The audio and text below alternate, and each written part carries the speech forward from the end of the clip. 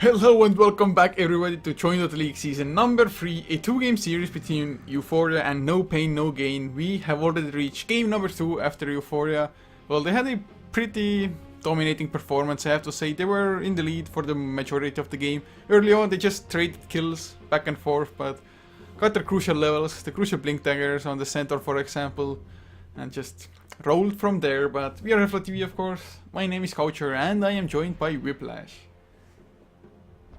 Hey everybody, what's going on? So moving into game number 2, like you said, Eu4ia, they pretty much had a good control over the majority of the game. Looking into the first bans, however, Skywrath actually going to be removed. They do not want to see this hero in the pool for game number 2. Also, of course, Lycan, he's going to get banned one way or another. And both the Doom and the Razor removed by No Pain No Gain.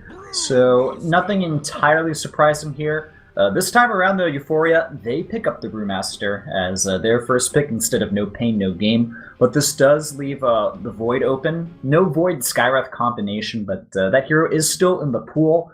They grab the Shadow Shaman, and let's see what they pick as their number 2. Yeah, I mean, it would be a little bit surprising if they just overlooked the Faceless Void. Definitely a hero that just gets picked almost instantly. And I guess Eu4ia, they were willing to just take a chance that No Pain No Gain doesn't ban out the Faceless Void, so they just took out the Skywrath Mage themselves, just to make sure that there's no Faceless Void Skywrath combo. And Yeah, that's true. wow, so No Pain No Gain gonna go for the push strat. Yes, they are. If they can't win a straight-up fight, maybe they can win through some pushing tactics. And the Death Prophet Shadow Shaman combination is quite lethal. As long as you get those levels in the Shadow Shaman early on, and he doesn't get killed up a few times, and so on and so forth. Eu4ia, though, they still have the Faceless Void able to be picked up if they want to grab that hero. A lot of other good heroes in the pool as well. The Earthshaker that we saw used pretty effectively last game could be a pickup as well, but we'll have to see what Eu4ia want to go ahead and grab. They need to be aware of the power of the push, though, from No Pain No Gain. Yeah, they definitely do. You just, if you underestimate push, you might be looking at like losing all the outer towers by maybe 20 minutes in. I guess the Shadow Shaman and the Death Prophet, they don't get as scary as far as pushing is concerned super early on. I mean, Death Prophet usually wants to get like at least at level 2 Exorcism before he just goes balls deep on the tower. Shadow Shaman, of course, might not even get the level 6 depending on if the early rotations work out for him or not. So we'll see if No Pain No Gain pick up some more heroes that are kind of level dependent there, but Eu4ia, you were pretty much spot on. Earthshaker, it was for them. And Earthshaker is actually pretty good against pushing, although usually you would, or rather that hero excels when it's up against something like a Nature's Prophet who creates a lot of units so that the Echo Slam can do even more damage. But Mass Serpent Wards as well as the Exorcism, Earthshaker, I guess a nice long range stun will always be nice, but can't really benefit too much for the Echo Slam. Yeah, I think that traditional style where you get a lot of illusions or a lot of summonable units like the Treants, and using those units to kind of push. That kind of push style has been somewhat nerfed over the past year or so since Alliance 1 TI3 with their Rad Dota style. And kind of, I guess, the more common and recent way to do this is through wards, through non-targetable units or abilities like the Exorcism, like the Mass Serpent wards. These abilities, they're not summonable units that can be picked off in the same way that summon units can, but they still pretty much deal guaranteed damage. So it's just a new spin on an old playstyle, I feel, and it's just the modern incantation of it. Looking over towards the bans, the Tidehunter and Faceless Void are removed by Eu4ia, and then the Apparition as well as the Pugna, once again, a Pugna ban. Yeah, it's a little bit weird considering they had the first pick in the second phase, of course, but I guess having the Death Prophet already, him and Pugna can fill kind of the same role, and I guess No Pain No Gain, they really don't want to put all their eggs in the push basket. Nature's Prophet now wouldn't be too bad because it would give them an offlaner, as well as a hero who can just join fights at the moment's notice if necessary. I mean, if going for a Pugna, it can be a little bit too all-out-ish. I mean, I guess thinking of like proper carry heroes that can push fast, I actually can't think of too many, Invoker? but Well, Invoker's someone that can kind of fit that bill, especially if you go Exort and you maybe put him in like a safe lane or something and have Death Prophet in the mid. He can farm up, get that fast Midas, get that fast Necronomicon book, and kind of push through using those units. Eu4ia, though, they're picking up the Viper once again. I suppose if it ain't broke, don't fix it. I mean, the Viper definitely is a go-to hero for a lot of teams at the moment. The hero is tanky, which is always nice, just especially up against a lot of magic damage, which with a Shadow Shaman, Death Prophet, Invoker they have. So Corrosive Skin will be helpful, but no pain, no gain. Nature's Prophet, Invoker, Death Prophet, and a Shadow Shaman. I would be crapping my pants if I was Eu4ia now. Well, they go for a Tinker. Yes, it's nice for counter pushing, of course, with the March of the Machines, but I'm not too sure if it's even gonna be enough. Yeah. By the way, you remember the game with the Nature's Prophet that was I think I was casting that with you, but the Nature's Prophet got like 4 no talismans and then like one blade mail. Oh man. Yeah. And it was against the Tinker. There are like 4 blade mails against the poor Tinker, and they walked into the March of the Machines. The Tinker died. I don't think we'll have a crazy Nature's Prophet game like that once again, but it is in the realm of possibility. No pain, no gain. They're looking to pick up a final support hero for their lineup. And I wouldn't be surprised if it was one that had some type of push or sustained potential. Even like a position for Juggernaut would actually, I think, be genius in this position. Yeah, it could be actually extremely genius, just like you said. It would be brilliant, to be honest. The healing ward is so good to just sustain your pushes and keep everybody alive. And I was thinking like maybe if they really wanted, they can still pick up something like an Enigma as well. Just get the jungle element, maybe Enchantress even. Just get those early rotations, get some early kills. Try to shut down the Tinker as Eu4ia shut down No Pain, No Gain Tinker. Yeah, well, Eu4ia, they ban out the Wraith King. I guess just that would have given No Pain, No Gain a lot of teamfight presence, and if that ultimate's popped, nobody's escaping. They grab the Mirana instead as their final pick. She can help push somewhat using her Q ability, but generally that's not the primary reason you'll pick up the Mirana. If you get the Maelstrom, though, then she actually can turn into a pretty decent pusher. Jakiro, he's picked up as the last guy for Eu4ia, and that actually gives them a decent amount of push when you combine it with the Tinker, and I guess Earthshaker can help a little bit with clearing the creeps. Yeah, it's not a bad pick as the last one, the Jakiro, I think. But, I mean, yes, the Macro Player can be a great tool in counter pushing. But usually Jakiros actually don't even pick it up sometimes this early on. At the moment they have the Fisher, and that's about it as far as just normal Macro Player setup goes. I guess Viper slows maybe might be enough as well. But I have to say I favor No Pain, No Gains lineup just because this kind of death ball, it's extremely hard to stop, like any game. Yeah, that's true. It's very deadly, but I'll go ahead and introduce Eu4ia over on the dire end. Playing as the Tinker, we have Sella, and then as the support Jakiro, it will be Lilicious. As the Brewmaster, heading towards the top lane, it will be KOTD, and then as the Viper, we've got Proof Headshot, or Professor Headshot, however you want to call his name, however you want to interpret that. And then finally, it's going to be Vilik as the Earthshaker. Yes, and for No Pain, No Gain, on the Radiant side, Fury is on the safe lane solo, at least at the moment, on the Invoker. Mid lane taken up by Sky on the Death Prophet, leaving the supports to be Red Orc on the Shadow Shaman, Yves on the Mirana. Actually, I think Yves. Yeah, never mind, he played the support Naga last game, I think. And the last one for them will be Zone on the Nature's Prophet. And actually, I think it should be Professor Headshot. At least somebody on chat said it during the last game. Okay, well, I'll call him Professor Headshot, because that sounds more entertaining than Prof Headshot. Man, I thought it felt like Professional Headshot. Just headshots all along. Too bad he's not playing Sniper Cowshore. Oh, that would be sick. On Viper both games, I believe. So, looking at how the lanes are shaping up, though, I think this is going to be an aggressive tri-lane using the Earthshaker and Jakiro to kind of supplement the Viper.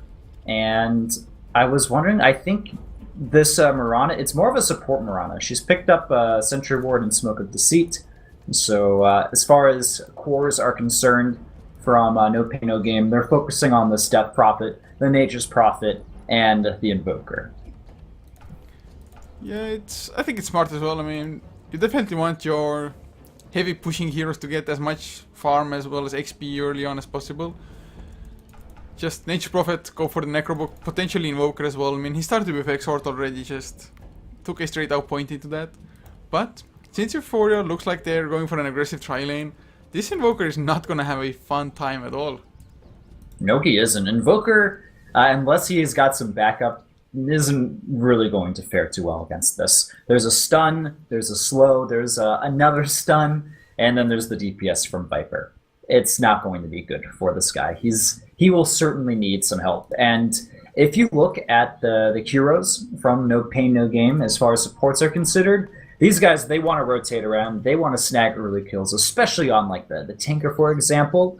So they most likely aren't going to want to help out this Invoker in the bottom lane, but it may come to a point where they have no choice. And looking at the off lane, it's going to be Brewmaster against the Nature's Prophet. So Nature's Prophet should be, he should be okay with this. Yeah, he most likely is. I mean, the Brewmaster definitely will get a decent chunk of XP as well as farm still, I think. Especially if the Nature Prophet should TP out of the lane early on. And actually, if it does, the Brewmaster can pull ahead enough, even if he gets like a 1 level advantage. It might already be enough to try to harass the Nature Prophet out of lane completely. And actually, KOTD, yes, he started with his Stout Shield as well, so he was aware that he's probably going to be in that matchup, just to make sure that the 3Ns actually don't do any damage almost. The Stout Shield is just a great item. Indeed it is. Looks like there are some pings coming out already from No Pain No Game. I think they may be aware of the Dire Ward kind of on their side of the map. And looking at other ward locations, just one up here from the Radiant towards the top. Doesn't scout the rune, but it does provide a lot of vision over that river area. And Invoker, he's aware of the lineup he has to face, so he will not be a happy camper whatsoever. Yeah, I mean, he'll be happy if he just gets level 2, has the Sunstrike available for him to help out ganks on other lanes, I guess. But even getting that level 2 is not going to be the easiest feat for him. Because if he just overextends just a little bit, it might be First Blood. Maybe if First Blood happens on any other lane, he will be feeling a little bit more confident. So he's like, yeah, even if I die, at least I'm not giving away First Blood. But another arrow misses on the mid lane, unfortunately. Yves has tried it twice now. Both times he failed, and of course, without no setup, it's always going to be hard. Yeah, that's true. You have to have like Chuan level arrows if you really want to make something happen. That hero in the support role. I feel like Mirana has a high skill cap, very high skill cap overall, especially in that support role, the roaming role. And if you get someone that really understands the hero well, there's not many other support heroes you want to play in that position. But most teams, I feel, can't really fully utilize her. Yeah, it is extremely hard. You actually have to play that hero a lot. Just in the roaming roles, shooting out the arrows, getting the angles for it as well. And now, yes, thanks to this observer word that you kindly pointed out to us. Eu4ia, they go and just try to intercept the pool and get some XP leech going for themselves. Yep, so, yeah. The Jakir will be able to be annoying there. Fury though might be in trouble. Ice Bath connects if yeah, that's it. First blood going to Professor Headshot. And I guess he simply did not respect the Jakiro and Viper enough. He thought he was safe with Mirana nearby. Wasn't really the case. Yeah, and in such a case where you're kind of losing your lane and you're just outmanned on the lane as well, going for the pull actually was what set up the kill on the Invoker, which allowed the Viper to dive, having the creeps tank it up for him. But Invoker is at least level 3, has a Cold Snap as well as his Sunstrike now, and both supports are there. Top lane though, it looks like they could have killed off Nature's Prophet, but they didn't have level 2 on the Earthshaker, or level 3 even. There's Bottom a lane snap, though? bottom lane, will there? I don't know if it's going to work though. Jakiro, one of the tankiest heroes. We'll move on to the Viper. The arrow whiffs. Same with the Sunstrike. And these skill shots, they are not landing, and heroes on Eu4ia are not dying. Yeah, that's a little bit uncoordinated as well. The Mirana, he went up close to the Viper. He actually stood almost in the trees there, and he was like, oh crap, it's too close, the stun won't last long enough. Then started running back, but it's not like the shackles last an eternity. They are only level 1 after all. So they just doubted themselves, I think. Could have gone for like those manual plays. Even if the arrow wasn't the longest duration, still could have or would have been enough for the Sunstrike to hit as well and maybe get the kill afterwards. And if not the kill, at least make some extra consumable be used by the Viper. I'm starting to feel like Eu4ia, they did win game number 1, and they're already off to a decent start in game number 2. Arrow once again whiffs at the middle lane. They're trying to shut down the Tinker, but it's simply not happening. They need the Shadow Shaman to rotate with this guy if they want to make anything happen, but then you have to worry about the Viper getting free reign bottom and the Invoker getting almost nothing in the bottom lane. It's really... The laning situation overall was done extremely well by Eu4ia. They knew what their opponents were up to, and they've been able to pretty much punish. And I want to say that they are winning bottom lane for sure. And top lane, they're winning a little bit. And mid lane, going towards NPNG. Might be in trouble. The Ice Path actually doesn't clip. Oh. Can he deny himself? Oh, it's going to be so close. Well, nope. Professor headshot. Second kill of the game for him. And overall second kill in the game as well. It's looking so good for Eu4ia to begin with. Yeah, things are going great for them. Viper's picked up power treads as well. So already getting a good amount of farm on this guy. Yeah, just no pain, no gain. The lanes aren't working out too amazingly well for them. And if they don't win or really get anything big in the laning stage, then Eu4ia will simply have just the better team fight, man. They're going to be more powerful all around. Man, I just think they're keeping true to their name. Just throw in the early game, just take some pain, and in the end, get some levels. Just really painful levels, to be honest, giving up kills. But once they get their level 7 maybe on Nature Prophet, have them maxed out, Nature's Call, get some Forge Spirits going as well. And of course, level 6 on Shadow Shaman is going to be so key. But it's only level 2 at the moment, man. They need some kills to connect. Yeah, that's what I was worried about. They want to go on to the Brewmaster. Shadow Shaman not fast enough. He doesn't have any boots to his name. And the Mirana as well, she has a boots at least heading towards her. So beyond that, though, the supports from No Pain, No Gain have done next to nothing this game. Yeah, and well, the Chikiro is almost level 5. Earthshaker has rotated around a little bit more, of course, so he's only level 2, almost hitting level 3. But they're going to dive the Invoker again, or at least it looked like they want to do so. They may just go for this. The Liquid Fire will prevent this tower from being too deadly. And okay, Invoker's spotted. Earthshaker. He's gonna get cold snapped. Can they actually take him down? I don't think so. It's yeah, there's the fissure, the follow-up. There's nothing that Invoker could do. I'm actually surprised that nobody rotated in or like teleported to kind of save him there. That was a good like 15 seconds that they were kind of going for him, but while the ultimate from Death Prophet get used, locked into place thanks to the Ice Path. And there we go, finally a kill on the board for No Pain, No Gain. Maybe they'll get the Viper, but they don't have any stuns, no interruptions. So Viper does get out of there safe and sound. Yeah, I mean, losing a Chikiro, definitely not a bad trade, because they got the tier 1, they got the kill on Invoker, but they might actually lose the tier 1 in return. Exorcism is gonna wear off soon enough, but with the 4 heroes there, oh man, no Clarity is there on Zone at least, so another set of 3 ends. But Eu4ia, they're coming in as 3 heroes. They might even be able to repel this. Yeah, there's the Fissure coming out. Actually, a triple hit stun on the Fissure.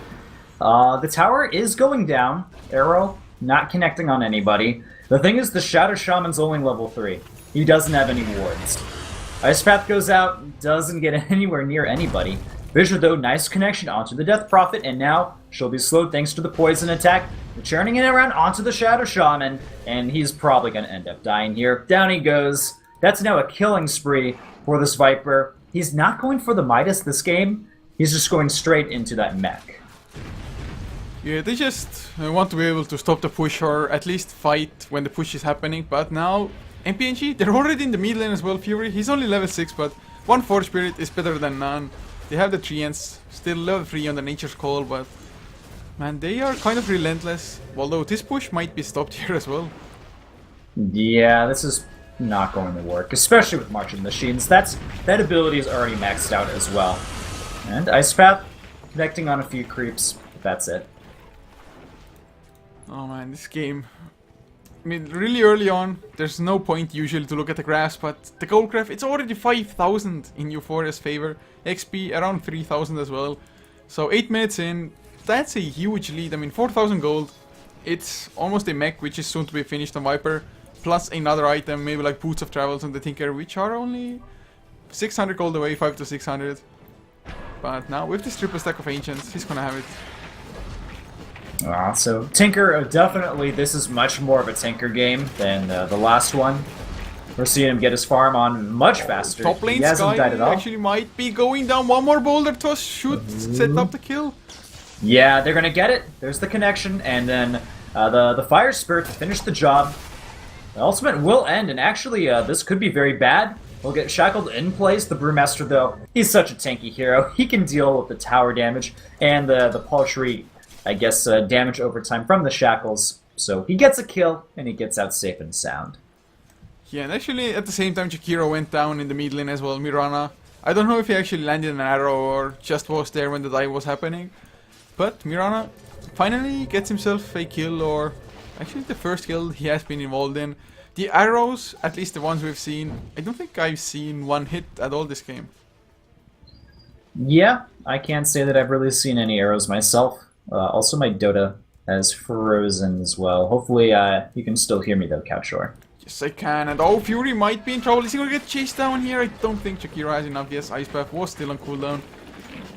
So... yeah. Is it unstuck now? No, it actually just crashed Dota and Steam, so just give me like a minute, I'll be hopping back in the game. Continue without me. Coolio. Man, Mech actually is finished on Viper now, and another 900 gold in the bank already on top of that. He's looking extremely good as Scylla. With his Boots of Travels finished now, heading towards the Blink Dagger most likely. And even the Brewmaster doesn't have... I mean, he has his own Blink Dagger as well, so wow. They have the initiation now for sure, just Blink, Thunderclap, Primal Split. Should be just plenty to set up the easy kills, and NPNG. At the moment they have nobody to go for a mech at all, maybe the Death Prophet along the way. But usually you want some mana regeneration before that proper, because spamming your Crypt Swarms, it's not an easy job. So if you have the mech as well, you might just run out of mana. But March of the Machine just constantly down, trying to stop any momentum that any lane has, just counter pushing like a boss. And the top 3 in net worth at the moment are Eu4ia, Tinker, Viper, as well as the Brewmaster. Their Prophet is trailing behind them, but their push they haven't been able to take a single tower. It's only 11 minutes in, so their push will just still get stronger as they gain levels. But that's about it. And oh, you have to reduce your microphone volume again. I do? Okay. Yeah, I guess it probably reset or something. Let me go ahead and take a look at that. Oh, there's a Sunstrike. Lands on Jakiro. Jaro actually landed here as well, but nobody else was around, unfortunately. Looks like the pushes have been stopped everywhere, except for the bottom lane, the tier 1. Yes, the first tower for NPNG. They must be happy. Alright, I'm back, Couchshore. Volume should be okay. I guess it reset itself when Dota crashed. But, alright, I'm back in. And doesn't look like too much has really changed, except for a tower death at the bottom lane. And actually, the tier 2 even took a pretty decent chunk of damage, almost 500. But look at Mirana, he's being sneaky, trying to defend the top tier 1. I don't think he will be able to manage it himself. Yeah, with the Liquid Fire as well, it's probably not happening. But Eu4ia, they're playing this darn safe. They want to wait for the Tinker. And with that, they should be pretty clear to get this tower. The arrow from the Mirana is dangerous, but we got a lot of tanky heroes in the front line. The arrow connects onto Brewmaster, but there will be a fissure. It's easily avoided by the Mirana. That simply leaps away. Yeah, well, it's actually now 2 towers down for Eu4ia, 1 tower down for the heavy pushing team. So, looking good. At least actually Sky and Death Prophet, he's only a recipe away, 500 gold away from having that recipe for the mech. So that will even it out as far as the burst heal is concerned. But even then, I mean, they don't have Mass Serpent Ward still, 30 minutes into game Shadow Shaman, almost half a level off. Yeah, man, I mean, it just goes to show you that when you pick supports that are extremely level dependent and you don't give them their levels, the impact from them is just, it's so much smaller. Like, Skywrath, Shadow Shaman. Uh-oh. There's going to be an engagement, though. They get the Nature's Prophet, 2 TPs coming in, 1 cancels. I think... yeah, the other one comes through, though. It is the Death Prophet with the invisibility. That was the weirdest move I've seen from the Nature Prophet. He just TP'd into the backlines, and now Blinking Thunderclap Primal Split as well. Can they set up a kill? It's looking like it. The Ice Path is good onto the Death Prophet as well. She can't even do anything, but still decently tanky. Manages to barely escape. Now we'll have more TPs coming. Mirana able to juke the boulder. But the liquid fire damage really bringing this Mirana down quite low. Ice Path comes out just out of range, but the Shadow Shaman, he's going to end up falling due to the Echo Slam. And can they get the Brewmaster under the Sunstrike? He goes down, but so does the Invoker. It's just deaths all over the place. And, well, 4 down. Will we see a 5th onto the Nature's Prophet? Yes, the Tinker finishes him off, but still he gives his life away. At the end of the day, though, that was a very, very favorable engagement for Eu4ia. Yeah, and actually, once again, we saw it in game number 1 as well. Professor Headshot, it looks like he doesn't actually like to be with his team when they're pushing or just fighting. He's the mech carrier as well. He's like, yeah, I'm pushing out mid lane, guys. You can fight there. And even without the Viper, just still a 4 for 2 exchange, I think it was. So, man, Eu4ia, can they be stopped? Look at the graphs again. 8,000 gold lead, 7,500 XP as well. And if they really want to, they can even go for Roche and just liquid fire up Roche. Have the Brewmaster tank it up, and it might take a little bit of time, but it should be rather safe overall. Yep, and like you said, Couch Row, they're moving right into the Roshan pit. Viper as well, pretty darn close to picking up his Agnum Scepter. There's nothing that can really be done to stop this Roshan attempt from coming. Mirana, she will throw out an arrow, and it connects onto the Earthshaker. But really, who cares, man? Who cares? Also, Tinker managed to get a solo kill on the Nature's Prophet in bottom lane throughout this entire thing happening. Yeah, I actually saw like the last 2 to 3 seconds of it. I was pretty sure Nature Prophet is going to be able to TP out, but I guess not to be. I mean, after the laser, he still had a like quarter of an HP left almost, then 1 right click game, and he was just on the edge of March of the Machines, which of course does a ridiculous amount of damage if you ask me. Man, that spell should be nerfed or banned or just reworked. I hate that spell, I really do. I do too, I really do as well. We're going to have a teleport from the Nature's Prophet right onto the Tinker. And they want to commit a lot to take him down. He's getting silenced, stunned, sheeped, and he will eventually fall to the Prophet. The wards as well in the top lane starting to go to work on this tower.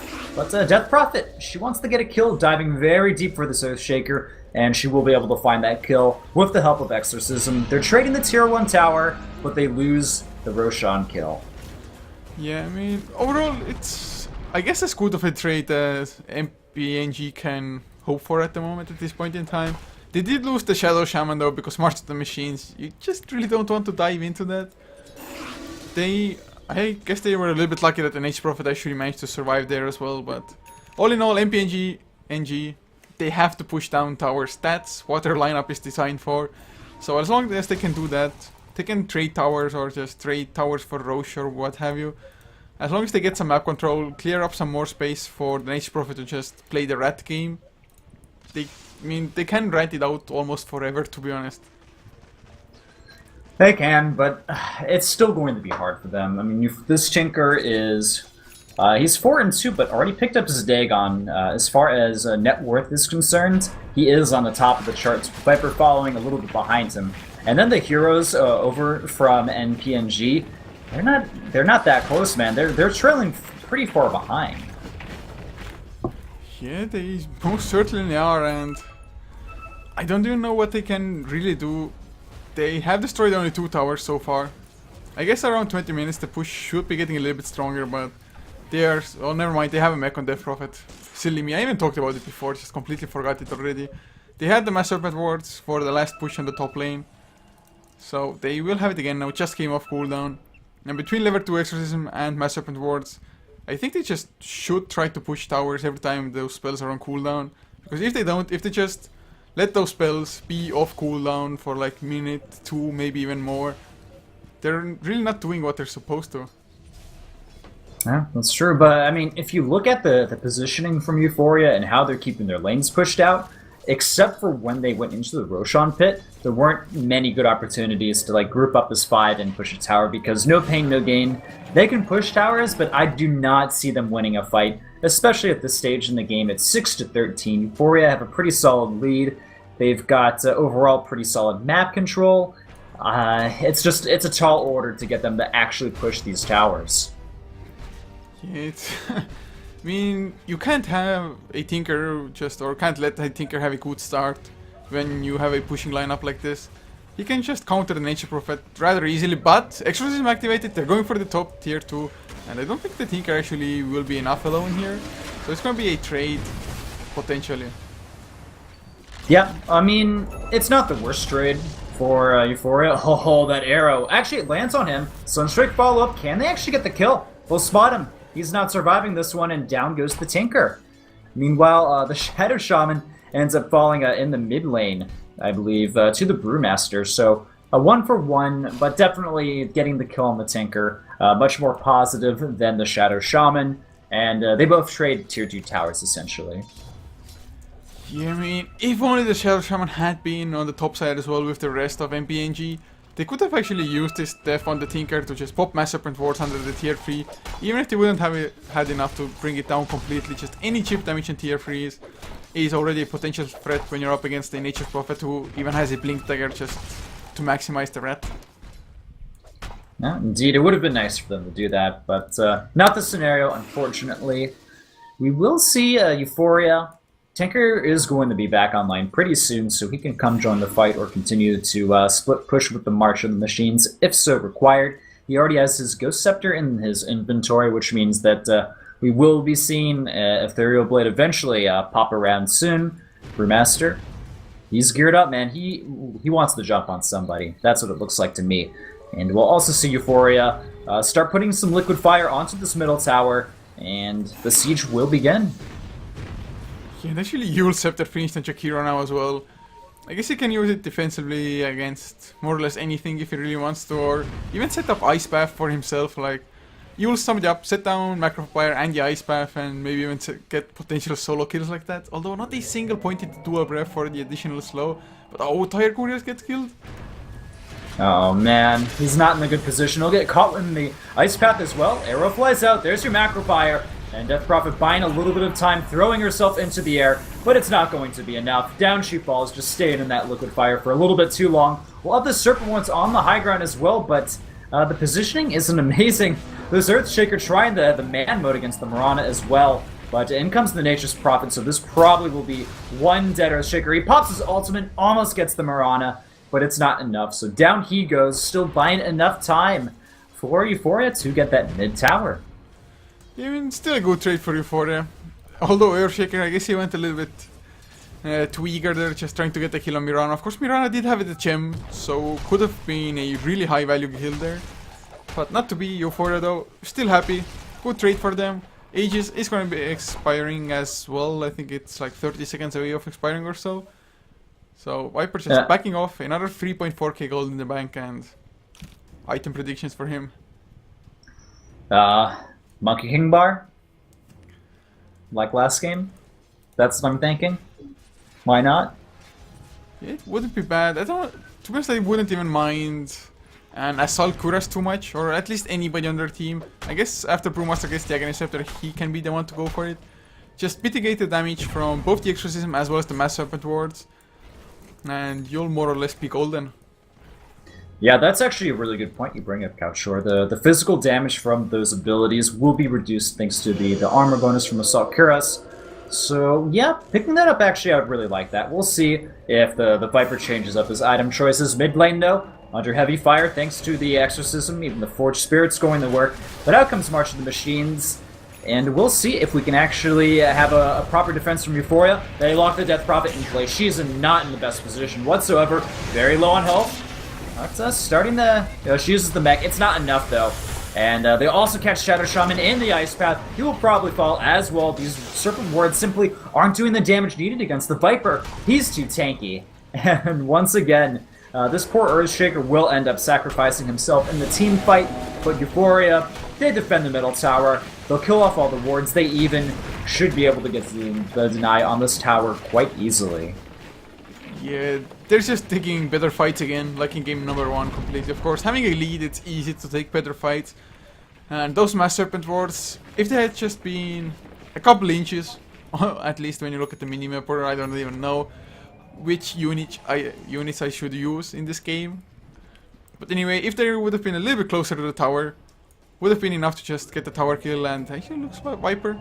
He is going for the Heart of Tarask instead. And Tinker, he has himself an E-Blade. He does. Also, I missed it, but the Dire ended up losing their Courier a few minutes ago. And that had the rest of the Agnum Scepter upgrade for the Brewmaster. And that'll be a nice, I guess, bonus for him to pick up. So, staying very relevant in these team fights. A lot of big item pickups across the board from Eu4ia. They are more prepared than ever to make something happen. Yeah, the Courier actually went down just before the mid-fight at the tier 2, but Velik, he wants to go in aggressive, actually running into 3 heroes, gets sexed up immediately, will the Shackles follow, the arrow is there as well, he's gonna be the Sacrificial Lamb, but Blink, Thunderclap onto 3, there's the Primal Split, can they get any kills, do they have detection? There was a gem on the Courier, and it's still on the Courier, so I guess they are quickly shipping that out to somebody. Over on the side though, Nature's Prophet, he teleports away right next to the Tinker as he continues pushing out this lane, but there's another big engagement right in the middle of the map, trying to chase down the Viper. He's low on health. The arrow just narrowly misses him, so he will survive this engagement. Meanwhile, this Invoker getting caught in the Macro Prior, and will he actually end up dying? It's so close. The Quas charges keep him alive. That was extremely close for this Invoker, and across the board, no deaths, but the Viper may end up dying. Yeah, he will fall to the Nature's Prophet. That's 817 gold going towards him. Yeah, it's actually really important now. There's an Orchid plus another 1k gold on Nature's Prophet. So they actually have some pretty decent kill potential themselves. Just TP in, Cold Snap into Orchid. And anybody might be an easy kill. And of course Orchid is going to be extremely crucial in just trying to shut down the Brewmaster once he blinks in like that. And that last fight, that happened top lane, not in the mid lane. Oh, actually, never mind. Scylla blows up Shadow Shaman. But what I wanted to say is that if they just had the detection, the gem, like 3 seconds earlier, might have been a kill. But oh, Lil Alicious, no, Kiilstofte, no Orchid will damage him. There is no survival for the Nature's Prophet. Down he goes. Simple, easy kill. And it seems even after that small win for no pain, no gain, they end up just losing 2 heroes essentially for free. So 11-21, just under 26 minutes into the match. Eu4ia, despite not having the push-oriented lineup, they're doing quite fine for themselves, and they are maintaining some pretty darn solid map control. Yeah, they most certainly are, and I just think this Tinker, he can blow up anybody. At least almost anybody at the moment. Dagon is only level 2, so there's still room for improvement. But even if there's something like a Macro Pyre down under that E-bladed target, it's gonna be way too painful, and even some counter warding going on by Lil and Licious as it's gonna be Roshan number 2 going for Eu4ia unless NPNG just pull off something huge here. The arrow actually hits the Earthshaker illusion. That's actually a nice little bonus for Eu4ia. And they even throw a Sunstrike down. I think they think that Earthshaker's the real one. I mean, it should be evident, to be honest. You should be aware of how much HP an Earthshaker usually has and how much the arrow actually damaged him. But yeah, could have been a little bit of just a snap call. They're like, oh, there's an enemy unit there. I have Sunstrike. Let me try to hit him, kind of thing. But Roshan does indeed fall. The Aegis. Who's going to pick that up? I think Viper's waiting for the Heart of Tarask recipe to come his way, and then oh, never mind. Tinker just grabs it. Why not, man? He has level 3 Dagon as well as an Ethereal Blade. This guy is dangerous. He's armed and loaded. Meanwhile, Nature's Prophet, he kills off an illusion. So congratulations, Nature's Prophet. Might get caught for it as well. They do get vision now. Will blink. Yes, they have the channel. Yeah, this is a dead Nature's Prophet. Arrow will fly out, connecting onto the Jakiro. But not before this Nature's Prophet dies. The wards are going down as well, buying a little bit of time. Jakiro, he's low on health, but still healthy enough to help out his team. And they end up getting a triple kill total, taking down both supports and the Nature's Prophet. Yeah, not only that, it's like delicious Mass Serpent wards, around 350 gold average almost, for just killing all 10 of those. And I have no idea how they're gonna do this now. I think this Aegis going on Tinker was way smarter than giving it to Viper, because Viper, you went for a Heart of Tarask, you're expected to survive a fight anyway. And since he has that Dagon, He just wants to get up in everybody's faces, rearm in the middle of everybody, but oh, the fish actually slightly on the wrong side, but it's not gonna matter at all. Or is it the force def? Nope. He taking missiles, land the kill. Yep. So Tinkerman, he is getting out of control. It seems to be evident that there is a skill gap between these teams somewhat. I mean, just for instance, the way they've been playing their heroes. The Tinker this game, certainly outperforming No Pain No Gain last game. He did get shut down a little bit, but still, man, it's just... He has the Ethereal Blade, he has the Dagon, it's up to level 4 now. He's making things work. And they get the bottom tier 2 tower, and they may be looking to push into the tier 3 at this point. Brewmaster. Yeah, he throws out the ultimate as well onto the Death Prophet. She's taking a lot of damage, forced to use the mech, but can she survive? No! In comes the Tinker, and the GG is simply just called.